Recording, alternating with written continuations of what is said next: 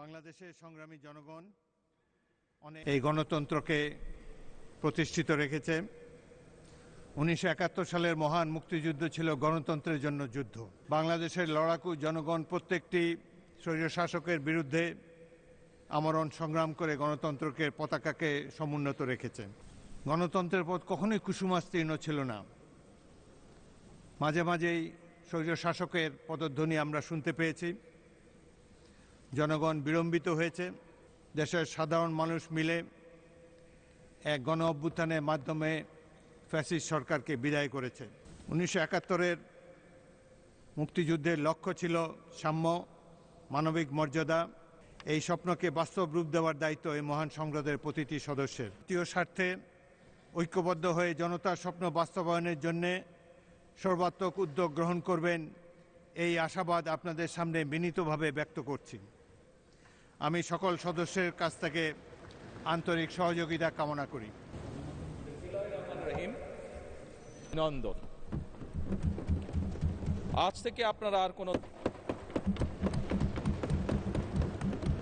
আদর্শ আপনাদের চোখে সমান।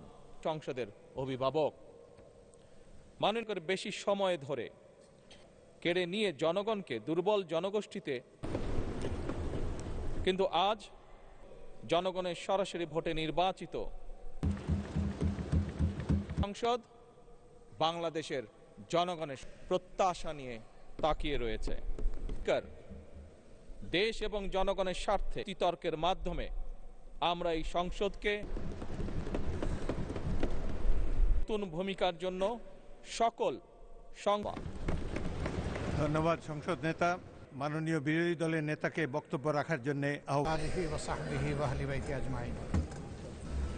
আমি সর্বপ্রথম মহান আল্লাহ তাআলা শুকরিয়া আদায়ের পাশাপাশি সারা দেশবাসী এবং 40, 52, 71, 90 কেন্দ্রকে এবং ফ্যাসিস্ট আমলে 15.5 স্পিকার বাংলাদেশের স্বাধীনতা, এই দেশের সংসদ এবং সংসদীয় রাজনীতি অভিভাবকত্বের দায়িত্ব যারা পালন করেছেন অতীতে, দেশবাসীর উপর, গণতন্ত্রের উপর, মানুষের অধিকারের উপর কাছ থেকে পাবো। আপনার নেতৃত্বে একটি গতিশীল সংসদ হবে, এটা আমরা আশা করতে চাই।